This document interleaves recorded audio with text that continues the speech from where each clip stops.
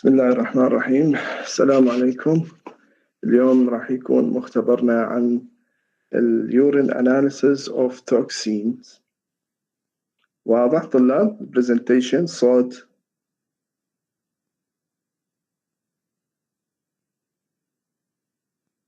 طلاب؟ نعم دكتور واضح. تمام. بالنسبة لمختبرنا اليوم حكينا بالمختبر الأول عن ال principles of toxicology laboratory. زين نعرف كلش زين إنه أو أخذنا فكرة عن يعني مفهوم اللابراتوري بالنسبة لعلم التوكسيكولوجي، وقلنا إنه اللاب بالنسبة للتوكسيكولوجي هنا راح أو البراكتيكال أسبكت بالنسبة للكلينيكال توكسيكولوجي هو فد adjunctive tool حتى يساعدنا حتى نحصل على الديفينيتيف diagnosis. وشفنا إنه أكو كثير من يعني البيربسز بالنسبة للكلينيكال توكسيكولوجي لاب أو البراكتيكال كلينيكال توكسيكولوجي، مو فقط حتى يساعدنا بالدايجنوسيس، أيضا حتى نقدر نستفاد من عنده بالمونيتورينج، نقدر نستفاد عنده أيضا بالتريتمنت. وعرفنا بعض الكونسبت عن التيست والتيست ميثود وبعض البارامتر اللي ممكن نستفاد منه. اليوم مختبرنا هذا راح نعرف عن one of the most principal screening methods أو screening test اللي widely used in most of all the يعني toxicology screening concepts اللي هو urine analysis of toxins. طبعا يسمى urine analysis of toxins ويسمى أيضا urine screening for toxins أو urine test. طبعا urine test يعني إذا كان ضمن الفيلد of toxicology يسمونه urine screening، أما إذا كان ضمن يعني clinical observation يسمون ب urine test.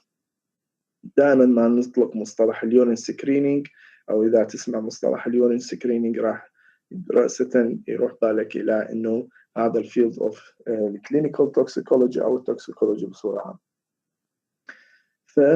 Toxicology screening refers to various tests that determine the type and approximate amount of legal and illegal drugs a person has taken. مثل ما عرفنا إنه toxicology screen هي عبارة عن تيستات ممكن زين تنطينا يعني اليورين تيست هو واحدة من الكواليتيتيف تيست. إذا أردنا إنه نجو فيرذر بالنسبة لليورين تيست حتى نحصل على الأماونت فنستخدم another تيست اللي هو الكونفيرماتيف تيست مثل ما أخذناه جي سي ماس وغيرها. لكن بشكل عام التوكسيكولوجي سكرينينج هذه اللي بمصطلح التوكسيكولوجي سكرينينج ما عرفنا اليورين سكرينينج. التوكسيكولوجي سكرينينج هي عبارة عن تيستات نستخدمها حتى نتعرف على نوع المادة وكميتها سواء كانت مادة legal أو illegal بالنسبة للبيرسون اللي ممكن أن يأخذ. Toxicology screen may be requested when the patient presents with the symptoms such as seizures, coma, abnormal behavior that may be suggestive of excessive drug use. طبعا أخذنا أيضا بالمختبر السابق إنه إذا تظهر بعض definitive features بعض abnormal criteria على البيرسون، كان يكون comatose، كان يكون seizure، كان يكون erratically doing something. هذه العلامات تخلينا suspected to do the toxicology screening. ممكن إنه نشك إنه هذا البيرسون ممكن ماخذ مادة illegal، ممكن abusing some material whatever. ولذلك هذه definitive features أو abnormal features ممكن تخلينا أو تعطينا يعني trigger حتى نستخدم toxicology screening test. The screening tests for exposure of drugs and of abuse can vary in availability, accuracy, utility, knowledge of the limitation, clinical applicability of the toxicological screening is necessary to order and to interpret these studies properly. هنا يقول لك إنه التوكسيكولوجي تيست وظيفتها تكشف نوع المادة وكمية المادة اللي ممكن يأخذها البيرسون. سواء كان ياخذها legally ويسوي بها يعني overdose، أو ممكن ياخذها illegally وممكن يسوي لها abusing. طبعا هذه التستات مثل ما حكينا طبعا لكل يعني يسمونها الاوفيشال لابس او مثلا WHO guidance. زين بعض هذه يعني نقول اللابس العالميه لها بروتوكول معين، فتختلف بالمارجن اوف بوزيتيف اند نيجاتيف، تختلف بالسنسيتيفيتي، تختلف ايضا بالافيلابيلتي. بعض يعني اللابس بها بروتوكولات معينه موجوده ما موجوده بغير يعني مثلا غير دوله وهكذا. فهذه الفاريشن ايضا تاثر لنا على النتائج، بالاضافه الى الليميتيشن. الليميتيشن هي الديزادفانتجز او يعني نقول البيتفولز او الكروس رياكتيف ريزلتس او الفولس بوزيتيف ريزلتس اللي ممكن تصاحب هذه التستات. فايضا كل هذه العوامل ممكن تتدخل او ممكن تاثر على النتائج ودقتها. Drug testing is possible using sample from urine, serum, breath, sweat, or saliva. Breath testing is used nearly entirely on estimating alcohol concentration, and urine and serum tests remain the most commonly used for medical professionals. هنا أكثر sample أو أكثر media ممكن يعني worldwide examined أو worldwide tested اللي هو اليورين والسيرم. لكن هذا ما يعني نقول يلغي انه بعض التستات ايضا تستخدم مثل البريث او السويت، او يقيسون بعض المواد بالبريث، بعض المواد بالسويت بالسلايفا. هذه ممكن تستخدم كميديا حتى نسوي سكرينينج او توكسيكولوجي سكرين تيست. مثلا بالنسبه للسويت يستخدمون ايضا اكثر شيء يستخدمون بالهيفي ميتالز، مثل ما راح تشوفون الهيفي ميتالز ممكن يقيسون يعني الديستريبيوشن اوف هيفي ميتال ممكن يصير بها للهير للنيلز، وبالتالي بالسويت. فلذلك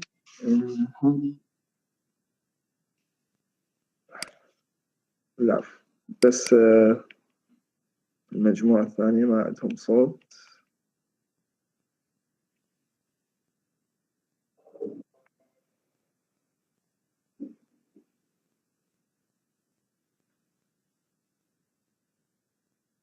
هسه صوت المجموعة الثانية تمام. فهذه السامبلز ممكن يستخدموها أيضا يعني كdistinctive features بعض يعني toxic substances أو بعض السبستانس. مثلا الكحول ممكن يقيسون نسبة الكحول بالبريث مثل ما جاي نشوف يعني بالبرامج أو الأفلام. بعض الأفلام أكو فد جهاز معين يقيسون من خلاله، خصوصا الدرايفرز.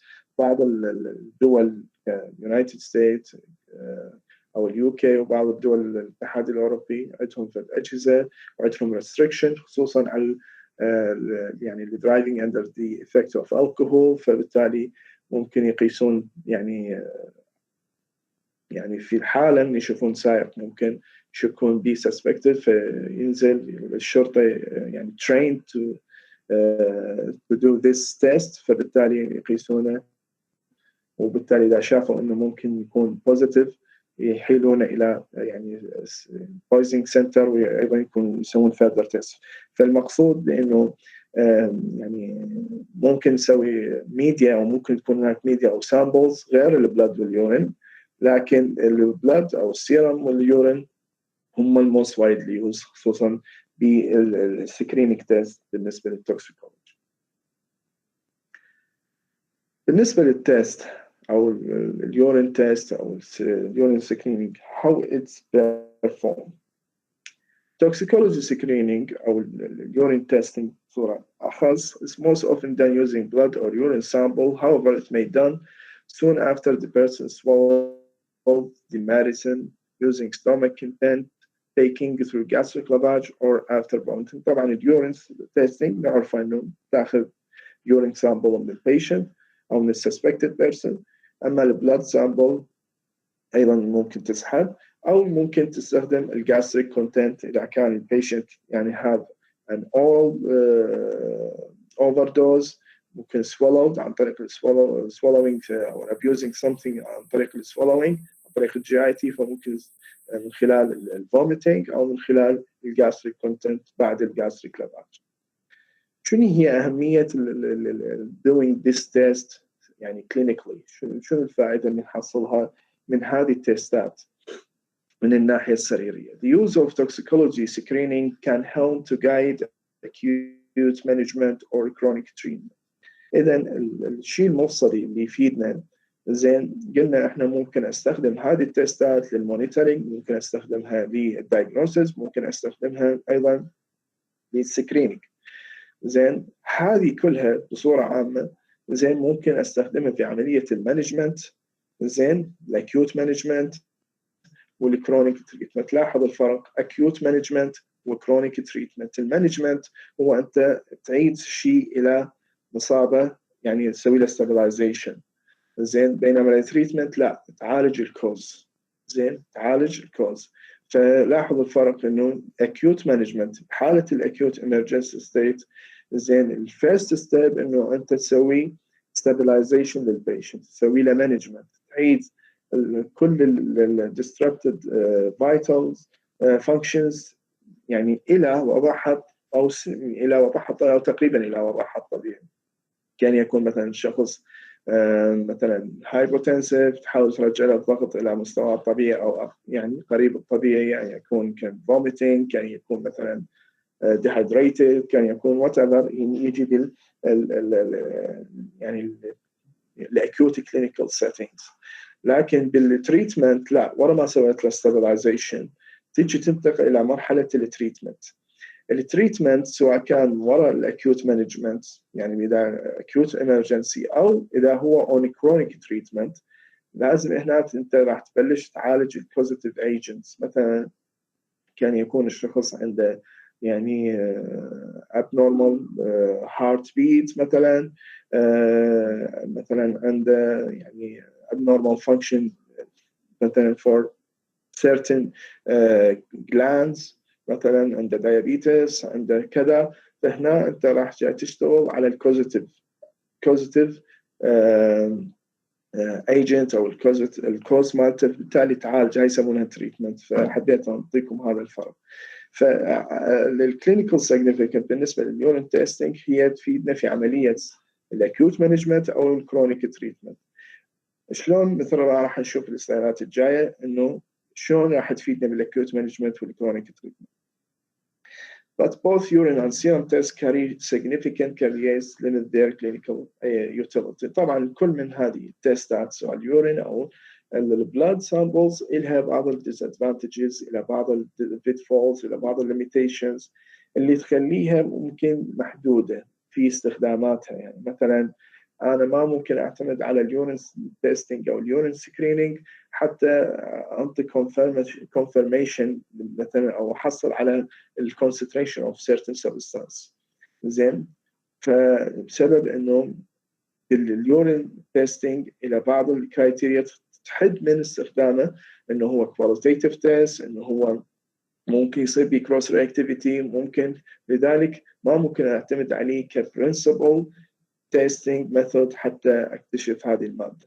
فاي نقطه او اي ريزلت تطلع لي من اليورين تيست لازم اسوي له confirmation بانذر accurate testing methods. The positive drug screens in patients without clinical symptoms may reflect the detection of metabolites and previous use and not lead to any changes in management. They may also reflect acute use in patients who exhibit tolerance and thus minimal symptoms. طبعا مرات أشخاص يجون ممكن هم suspected person، مثلا احنا شاكين بهذا الشخص يتناول فد كوكايين أو يتناول فد مادة معينة وسوينا له تيست اليورين تيستينج. فحال الدراج تيستينج زين ما يعني تطلع بوزيتيف، بس هو الشخص ما عنده هذه الساين والسيمبتومز اللي ممكن انه تعطينا ديفينيتيف ريزلت، ما تظهر عليه علامات الشخص اللي هو abuse كوكايين او abuse opiate او abuse amphetamines او whatever. لذلك بهاي الحاله البوزيتيف ريزلت منين جايه؟ جايه من انه يا اما البيشنت هذا او suspected person جاي تطلع عند الميتابولايت of these substances، وبالتالي هذه التيست يعطي بوزيتيف للميتابولايت of these substances. زين، او ممكن هذا البيرسون زين ماخذ اوفر دوز لكن عنده نوع من التوليرنس للساين والسيمبتومز. اكو بعض البيرسون او البيشنت او suspected abusing patients او persons زين ياخذ اوفر دوز من ماده معينه لكن عنده توليرنس للساين والسيمبتومز مالته، فتلقاه ماخذ اوفر دوز اوف كوكين او دايزيبام لكن ما تظهر عليه علامات الاوفر دوز اوف دايزيبام، اوفر دوز او كوكين او اوبيات، تلقاه ستيبل يعني تقريبا. فبالتالي ممكن تكون البوزيتيف ريزلت بهاي الحاله ممكن تكون يعني مو يعني مثل distinctively indicated. فهنا بهذه الحاله ممكن نفسر اذا اجاك شخص تطلع له بوزيتيف ريزلت بس هو الساين والسيمبتومز مالته ماكو، فيا اما يكون عنده ميتابولايت بالنسبه خصوصا بالنسبه لماده الكوكين اللي الميتابولايت مالته يبقى حوالي 3 ايام بعد الاورال تيكينج بالنسبه للكوكين، او حتى مرات تبقى لمده اسبوع. فبالتالي هذا الشخص زين ما تلقى عنده اعراض الكوكين اوفر دوز لكن تلقى عنده الميتابولايت باقي ينطرح باليورين فتلقاه يعطي بوزيتيف ريزلت. او ممكن يكون ماخذ اوفر دوز لكن هذا البيشنت هو عنده توليرنس للساين والسيمبتومز وبالتالي ما راح تظهر عليه هذه العلامات. البوزيتيف سكرينز بالبيشنت اللي عندهم سيمبتومز. هسه عرفنا البوزيتيف سكرين بيشنت اللي ما عندهم سيمبتومز شنو اسبابها، بينما هسه البوزيتيف سكرينز البيشنت اللي عندهم سيمبتومز. In this situation, this do fit with the acute intoxication. إذا شخص جاء positive screen وعنده symptoms معناه إنه عنده acute intoxication. And this may still reflect a prior use and cause clinician to assume incorrectly that there is a definite diagnosis. طبعا هنا بهاي الحالة هو صحيح إنه البيشنت أو البيرسون عنده ماخذ overdose هذا فصار distinctive، لكن هذا ممكن يأثر على قرار الأطباء اللي مرات ما يحسبون الكروس رياكتيفيتي، فبالتالي assume انه هذا positive result اوكي هذا فقط انه صار له intoxication with this material. فهنا هذه الحاله اوكي انه ينطينا فد primitive diagnosis وليس definitive primitive diagnosis زين، يعني فد شيء ابتدائي انه يخليني excluding other diagnosis او differential diagnosis، لكن لازم اسوي further investigation حتى اوصل الى مرحله definitive diagnosis. Negative screen will often not be able to exclude the use of these substances as well. كذلك ايضا بسبب الكروس رياكتيفيتي حتى النيجاتيف سكرينز ما ممكن اسوي excluding، يعني الشخص اجى سوى تيست طلع نيجاتيف زين ما ممكن اسوي exclude انه اوكي اعتمد على اليورين سكرين فقط وكذا اقول نيجاتيف، لا انا ممكن اسوي له further investigation حتى اتاكد من انه هذا البيرسون fully يعني free from these substances. Urine tests give a qualitative presumptive results عن clinical interpretation. مثل ما قلنا اليورين تيست هو qualitative يعطيك positive negative، ما راح يعطيك الكونسنتريشن مع هاي السبستانس زين، ويعطيك the primitive idea انه هو تخميني presumptive يعطيك انه ممكن هذا الشخص having this material، لكن يراد شنو further clinical exploring، يعني تيجي patient او يجي person طلع عنده positive screen urine screen بالنسبه للكوكين او الدايزيبام او الامفيتامين، لازم تاخذ هذه البوزيتيف ريزلت وتسوي لها further investigation and correlation with the sign and symptom مثل ما قلنا زين. اذا كان all of these points يعني meeting together ويا further investigation ويا confirmative test ينطونا البوزيتيف تيست اوكي معناه انه هذا فعلا هو positive result. لكن الاعتماد على اليورين تيست لوحده كديفينيتيف diagnostic tool لا ما ممكن، لانه له عده disadvantages مثل ما قلنا بالمختبر السابق، الكروس رياكتيفيتي عنده يعني بعض الليميتيشن، بعض الفاكتور تاثر على الانفايرمنت اوف تيست زين، هذه ممكن تخليه ما يستخدم كديفينيتيف diagnostic tool. Urine toxicology screening can also protect your medical or clinical practice from legal action. طبعا هنا بالدول المتطورة اللي مثل اليو اس واليو كي وغيرها من دول الاتحاد الأوروبي، اليورين سكرينينج زين يستخدم كريكورد إلك، يعني سواء كنت أنت موظف أو شخص عادي، فمثل ما أنت عندك medical records زين أو مثلا سجل يعني إجرامي أو غيره، هذا اليورين سكرينينج تيست زين يكون عندك أيضا ريكورد، مثلا إذا تريد تقدم على وظيفة أو تريد مثلا تقدم على شيء أو تريد تستحصل شيء بريستريكشن تكون ضمن هذه الريستريكشن، يعني يريدون كمثلا certificate إنه أنت free from all abusing substance، عندك أنت medical records أو urine screening records زين، هذه الريكوردز ممكن يعني تحميك من الناحية القانونية. Carefully monitoring of patients who are prescribed opiates, narcotic pain medication، هاي اللي قلنا عليها إنه for monitoring زين، كنا ممكن يفيدنا بالdiagnosis مثل ما حكينا، ممكن يفيدنا بالسكرينينج أو أيضا بالمونيتورينج. إذا البيشنت مثلا عنده يعني persistent pain وبالتالي يوصفوا له opiate narcotic، فبالتالي حتى نشوف مدى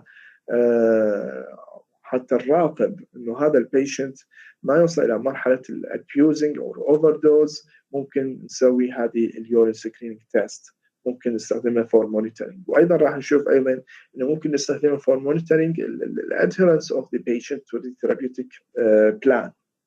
يعني شخص إجاك عنده منطي أنت علاج، وهذا العلاج زين تشوف إنه إيش قد راح يستمر عليه، فهذا العلاج زين إيش قد راح يستمر عليه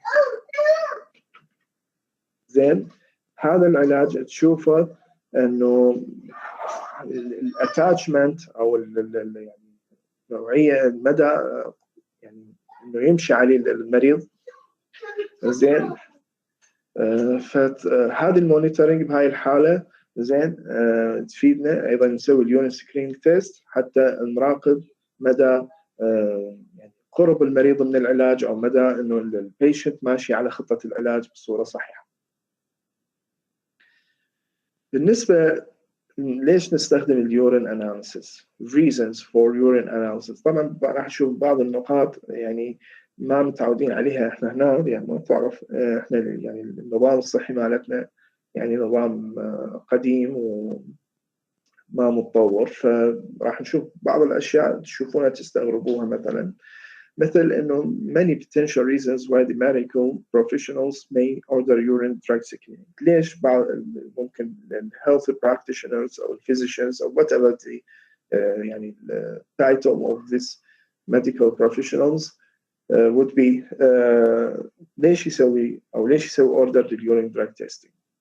ممكن the primary care physician، طبعا هذا المصطلح the primary care physician زين، البرايمري كير فيزيشن ممكن يقترح عليك تسوي urine drug testing زين if suspected the patient have substance abuse problem. إذا ممكن إذا يشك بك إنه طبيب العائلة أو ما يسمى بالبرايمري كير فيزيشن، إذا شك بك إنه ممكن أنت abusing some substances، فممكن يسوي order urine drug testing.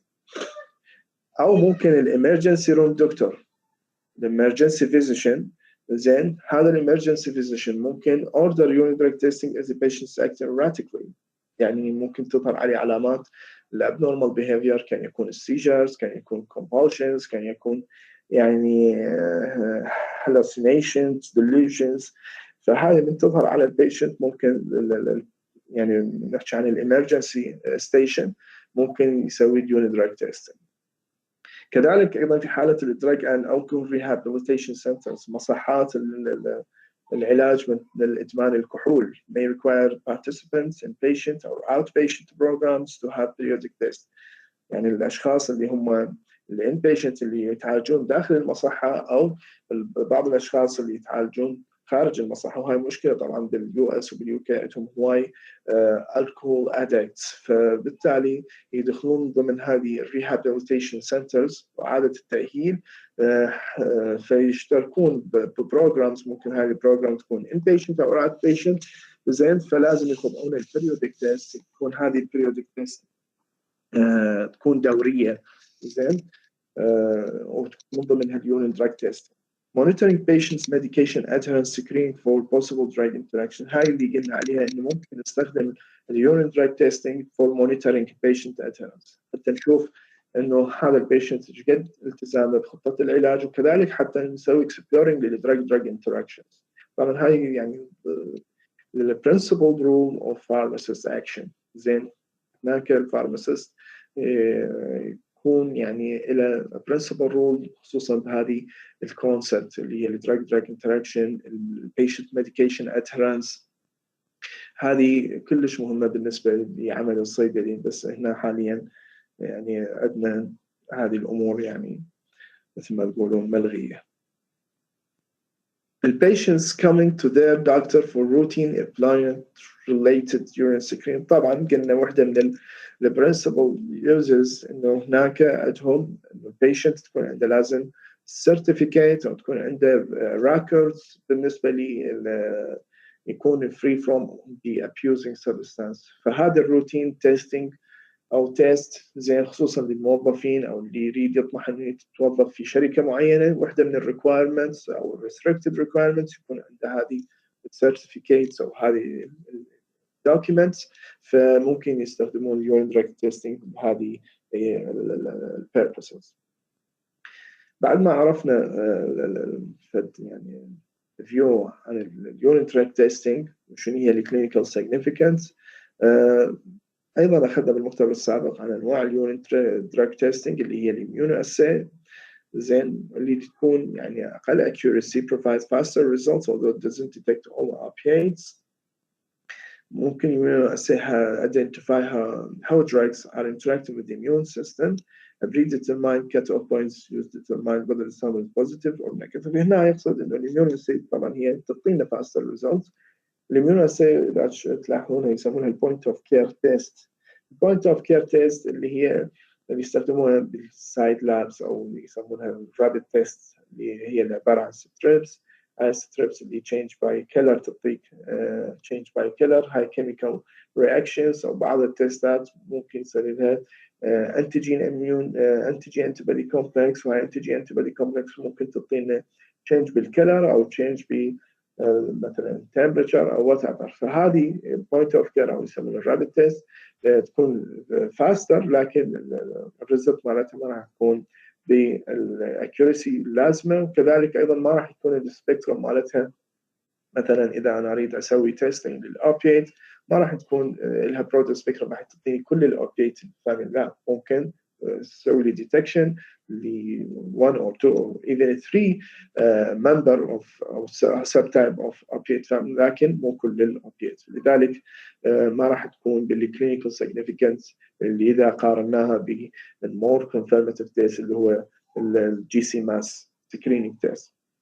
طبعا هذه اللي يسمونها الكت اوف بوينت او الثريشولد. هذه الكت اوف بوينت او الثريشولد هي نقطة معينة او concentration معين او whatever we call it. هذه above it ممكن يسوي لنا positive، below it ممكن يسوي لنا negative. إذا كل هذه التستات لها كت اوف او يسمونها كت اوف رينج او كت مثلا threshold. مثلا نفترض انه الجلوكوز باليورين الى الكت اوف بوينت او الثريشولد مالته 80 ملي جرام على الديسي لتر. فوق ال 80 ملي جرام على الديسي لتر راح يعطينا بوزيتيف، جوا ال 80 ملي جرام على الديسي لتر راح يعطينا نيجاتيف. فهذه اسمها يصطلح عليه بالكت اوف او الثريشولد بالنسبه لليورين تيستينج. فانتم اذا تشوفون باللي نسوي اليورين تيستينج ممكن يطلع عندك جلوكوز، ممكن البومين، ممكن كريستالز وغيرها. مثلا بالنسبه للجلوكوز هو مو شائع يطلع به، يعني مو صحيح انه يطلع باليورين، لكن اذا صار نورمال ستيت مثلا هايبر جلايسيميا ويعبر الجلوكوز ليفل اوفر 18 ملغ بير ديسيلتر يعني يعبر الكت اوف او يعبر الثريشولد، راح يظهر وين؟ راح يصير له اكسكريشن باليورين، وهذه واحده من العلامات اللي تدل على انه البيرسون هاف هايبرغلايسيميا. هذه كمثال بسيط عن الحال. الكونفيرماتيف تيست مثل ما قلنا الجاز كروماتوجرافي، الجي سي ماس او الماس سبكتروسكوبي، هذا كونفيرم ريزلت اوف انيشال تيست اللي حكينا عليه اللي immuno assay. Follow-up testing usually recommended when positive result comes back to confirm results, since there are times when the false positive is produced. نعم مثل ما حكينا إذا أجتك سويت أنت تحليل بالنسبة للsuspected person طلع positive، إذا سويت له urine drug testing وطلع positive لازم تنتقل للمرحلة الثانية اللي ممكن تسوي له confirmation بالجي سي ماس. ليش؟ لأنه ممكن بعض يعني البوزيتيف ريزلتس تكون يعني عباره عن فولس بوزيتيف ريزلت زين بسبب الكروس رياكتيفيتي، او ممكن يصير changing بالenvironmental factors، بالبي اتش مال اليورين، بالتمبريتشر، ممكن يضيفون ديليوانت، ممكن هذه الفاكتور كلها تتدخل وبالتالي تعطينا فولس بوزيتيف. فحتى احكم على انه هذا البيشنت هو ترو بوزيتيف مو فولس بوزيتيف، لازم اسوي له كونفرميشن بالجي سي ماس او gas chromatography mass spectroscopy. How we can prepare for sample for urine analysis. طبعا القضية بسيطة. The samples collected in specimen cup, هذه كلكم تعرفوها, typically 45 milliliters is needed to perform the urine test. The sample will be sealed and tested. طبعا ينكتب عليه الاسم. It's up to the physician requesting the test to interpret the results. However, the patient can minimize the risk of any potential issues with the testing part. طبعا هذه الفقرات انه sample لازم يكون يعني collected بسبيسمن كاب، تكون درجة حرارته يعني اعتقد بال 37 45 مليلتر زين. هاي كلها يعني فالتكنيكال ستاف زين. the sample لازم يكون sealed والعليه addressed by the name of the suspected person. لكن اكو بعض الفاكتورز اللي تتداخل مثل ما قلنا عليها اللي ممكن تاثر لنا على الريزلت، على تعطينا فولس بوزيتيف ريزلت. فهذه الفاكتورز حتى او هذه الايفنتس حتى نقللها وبالتالي نحصل على more accurate result زين ممكن نقللها by the following events. اولا من ننطي، احنا نحكي هنا بحكي ستاندرد زين، من ننطي السامبل لازم ننطي خبر للدكتور او للفيزيشن let know about the over the counter opiates that may be taken. ليش؟ لأن ممكن يصير cross reactivity زين. إذا أنا أسوي تيستينج للأوبيات، أسوي مثلا آخذ فد combination، مثلا آخذ فد أوبيات وياها مثلا باراستامول، آخذ أوبيات وياها أسبرين، آخذ نونستيرويدال، آخذ whatever the combination are. فهذه لازم أنطي خبر للدكتور حتى ما من تجي الريزلت راح يسوي لها exploring further exploring. مثلا من تجي له فولس بوزيتيف يطلع له باراسيتامول بالموضوع، يطلع له اسبرين بالموضوع، يطلع له بروفين بالموضوع كبوزيتيف تيست، ما راح يندهش لان انت قايل له اوريدي انه انا ممكن اخذ كومبينيشن اوف ذيس انالجيسكس. فهاي واحده من النقاط المهمه اللي نقلل بها الفولس بوزيتيف results. Listing any medication that may have been taken for legitimate reasons, especially opiate drugs and non-steroidal anti-inflammatory drugs. مثل ما قلنا لازم نعطي فكرة لل responsible أو سواء كان physicians, lab administrators, whatever. لازم نعطي فكرة عن الأشياء القانونية اللي ممكن بسببها استخدمت هذه، خصوصا الأوبيات ناركوتكس. زين يابا أنا مريض فلاني أستخدم مثلا الكوداين أو أستخدم مثلا مورفين أو أستخدم الدازيبام for this reason، وهذا عندي prescription official prescription، عندي في official document إنه أنا أستخدمه حتى ما أدخل في illegal aspect. Disclosing any herbal supplement for vitamins being taken to avoid false positives that sometimes results from some of the ingredients. طبعا أيضا نفس البرنسبل إنه any things that you may have been taken earlier or before لازم تقول the physician in charge or whatever the title of this person. زين لازم تقول له إنه أنا ماخذ herbal products، ماخذ vitamins، ماخذ over counter drugs، حتى يسوي له excluding من تطلع بالفحص ما تأثر على الفحص، فيسوي له excluding already عنده فكرة إنه لا هذا هو شخص ماخذها، أو ممكن أقطعها قبل لا أسوي الفحص disclosing any herbal supplement. لازم أقطع تناولها قبل لا أسوي الفحص لمدة معينة حسب نوع الفحص. Comprehensive urine analysis. Doctors have the opportunity to select the visual test in order to get the result needed to make important patient care decisions. We use GC mass to ensure accuracy of our urine screens. Drug typically screened for drug urine tests include. طبعا هذا الحكي مثل ما حكينا بالسابق.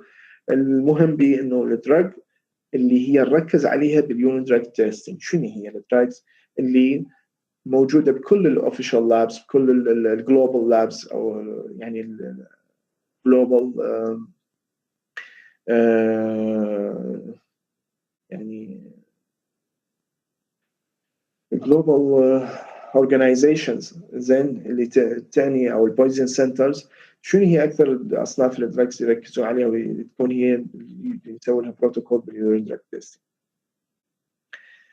اللي هي يعني هي هواي دراجز لكن الموست برنسبل وان اللي هي الأنفيتامينز، الأوبيويد، باربيتوريت، كوكاين and البروسايكليدين، الفينيسايكليدين العفو، الميث أنفيتامينز. هذه أغلب أنواع الدراج اللي نركز عليها باليورين دراج تيستينج، بالإضافة طبعا البنزودايزيبينز، بالإضافة إلى يعني التراي سايكليك انتي ديبريسنت، لكن الموست برنسبل يركزوا عليه الأنفيتامين، الأوبيويد، باربيتوريت، كوكاين وغيره.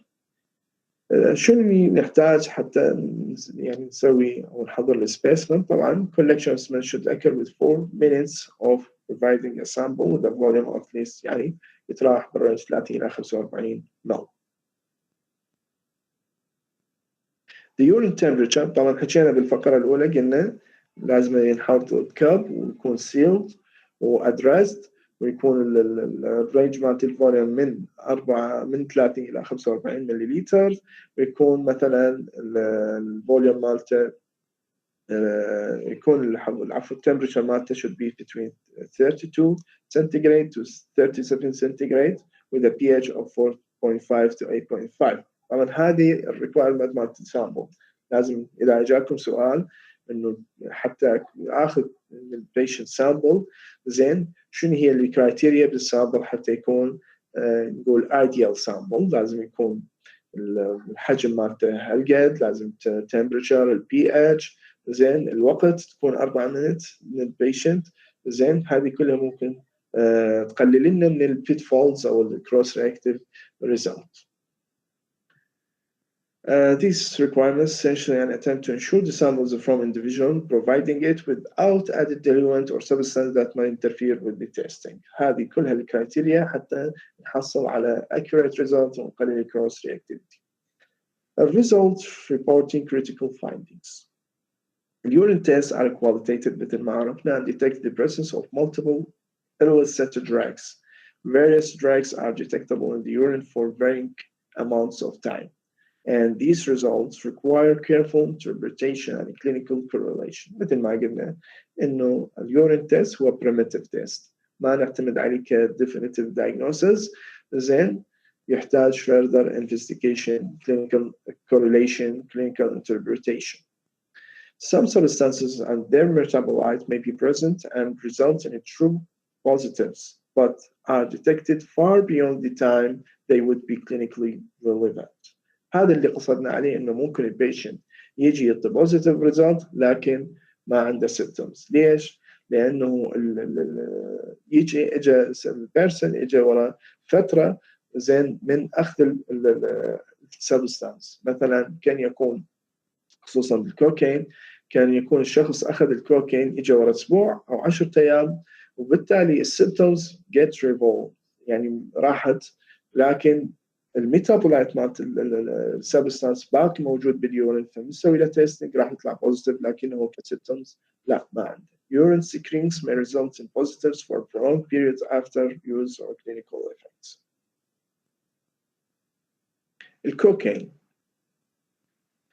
Cocaine, the test detects the metabolite benzyl icogon quite accurately with not much concern for false positive or negatives, but the metabolite may be present up to 3 days after use while having most clinical effect within 6 to 12 hours of use. هنا لاحظنا ان الكوكايين ممكن يعطي positive results truly positive بسبب الميتابولايت مالته اللي يظهر حتى بعد 3 ايام، بينما الساين والسيمبتومز ممكن تختفي بحدود 6 إلى 12 hours. زين. الأنفيتامين many false positives to amphetamine exist. The test and urine test in amphetamine be many false positive, including the antihistamine, decongestant, antidepressant, or acid blockers may be detected 1 to 3 days after use. لا بالنسبة لي الأنفيتامين ممكن تتداخل وياها هذه المواد، فهذه المواد ممكن تعطي بوزيتيف تيست وبالتالي يعني يكون التيست بوزيتيفلي لكن فولس بوزيتيف، يعني تشترك بها بالكيميكال ستراكشر مثل الانتي هيستامين، ديكونجستنت، انتي ديبريسنت وغيرها، اللي ممكن حتى تظهر يعني ورا يوم الى 3 ايام من الاستخدام، فبالتالي ايضا هاي ممكن لازم تخليها بحساباتك. الماريجوانا common over-the-counter analgesic like ibuprofen, naproxen can cross-react with this assay creating false positive. إذا جاك سؤال ممكن يجيك تيبل، زين هذا التيبل ممكن يجيك substance وياها الكروس رياكتيف سبستانس مالتها او الكروس رياكتيف بيتفولز اللي ممكن تاثر على التيست. زين مثلا اذا اقول لك الكوكايين زين او اقول لك مثلا انفيتامين تقول لي مثلا انتي هيستامين، ماريجوانا اقول لك مثلا ايبوبروفين او نابروكسين، او ممكن تكون في matching questions من هذا القبيل. زين او ممكن تجي كيس مثلا شخص ممكن يكون يعني on osteoarthritis زين on regime of مثلا ibuprofen او naproxen زين وياخذ وبالتالي يعني سووا له تيست لقوا له انه هو positive test for marijuana. هنا ممكن يعني ما ممكن اقول لك بالكيس انه ياخذ نابروكسين، لا ممكن اقول لك عنده اوستيوارثرايتس فقط وعلى مثلا تريتمنت ريجيم كبين كيلرز زين وبالتالي صار عنده ميديكال سيتويشن راح سووا له تيست لقوا عنده abusing زين ماريجوانا ومع العلم ما عنده any symptoms. فهنا اقول لك what is the cause ليش زين، فهنا انت راح تقول لي لا ممكن يكون عنده كروس رياكتيفيتي بسبب انه عنده اوسيو ارثرايتس فياخذ ممكن نتوقع نون ستيرويدال كان يكون بروفين او يكون نابروكسين، هذه ممكن نسوي لها كروس رياكشن with the results فتعطينا false positive results للماريجوانا. الفينيسايكليدين false positive exists notably with ibuprofen, dextromethorphan, tramadol, and time for detection can last for 1 to 2 weeks for after use. إذا يعني هنا أيضا ممكن يجيك سؤال كل تيست أو urine drug testing والtime cut off limitation. مثلا أقول لك الكوكايين إيش قد الليميتيشن التايم ليميتيشن ما تقول لي up to 3 days. مثلا أقول لك الأنفيتامين 1 to 3 days. مثلا الفينيسايكليدين قل لي لا 1 to 2 weeks زين أو ممكن true false، فهذه ممكن تجيب بهالطريقة هذه. Opioids, many opioids can be missed or routine screening generating significant false negative. يعني ممكن هنا بهذه الحالة البيشنت أو السيس بيرسون ماخذ opiate بس تطلع لي negative، هاي يسمونها false negative. And there are reports of false positive results in the presence of poppy seeds and quinolone antimicrobials. Opioids are detected for 1 to 4 days after use. طبعا هنا الفولس بوزيتيف بسبب البوبي سيدز او الخشخاش بدور الخشخاش او بعض الكوينولون انتي ميكروبيالز مثل يعني السيبروفلوكساسين وجماعتها، فهذه ممكن تعطينا فولس بوزيتيف، وممكن ايضا بعض السبستانس تعطينا فولس نيجاتيف.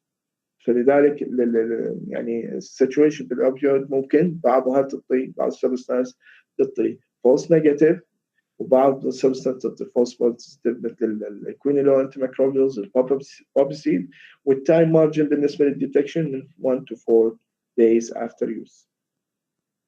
البنزوديازيبينز جماعة الفاليوم, these results are likely among the least clinically useful screen. A few false positive exist, but false negative are far more common. يعني الفالس نيجاتيف أكثر من الفالس بوزيتيف. زين يعني هواي أشخاص ما ماخذين diazepams and related compounds يظهر عندهم false negative. While few false positive exist. Most assays detect the specific metabolite, oxazepam, with multiple benzodiazepines with unique metabolite are likely to be missed. هنا طبعا طلاب صوتكم، طلاب تسمعون يعني رجاء الهدوء. التيست بالنسبة للبنزودايزبين ديتكت الميتابولايت اللي هو الأوكسازيبام. بعض التيستات ديتكت هذا الميتابولايت زين، لكن بعض التيستات راح هذا الميتابولايت ديتكشن will be missed، فبالتالي هو راح يكون مسؤول عن النيجاتيف ريزلت. يعني الشخص راح يكون ماخذ لكن البيرسون يطلع له false negative، راح يطلع له ما ماخذ بسبب انه التيست بعض الفاكتورز او بعض التيستات ما يصير ديتكشن للاوكسيزيبام كونسنتريشن، يعني الثريشولد مالت الكونسنتريشن ما يصير له هايلي سنسيتيفيتي يتحسس الكونسنتريشن مال الاوكسيزيبام اللي هو الميتابولايت مال البنزودايزبين، وبالتالي راح يسوي له ميست this metabolite وما يطلع فيعطي false negative test. Diazepam metabolite toxicology and would be identified but might be present for up to 4 weeks after use. On the other hand, midazolam, lorazepam, alprazolam all metabolize into other substances and therefore would remain undetected.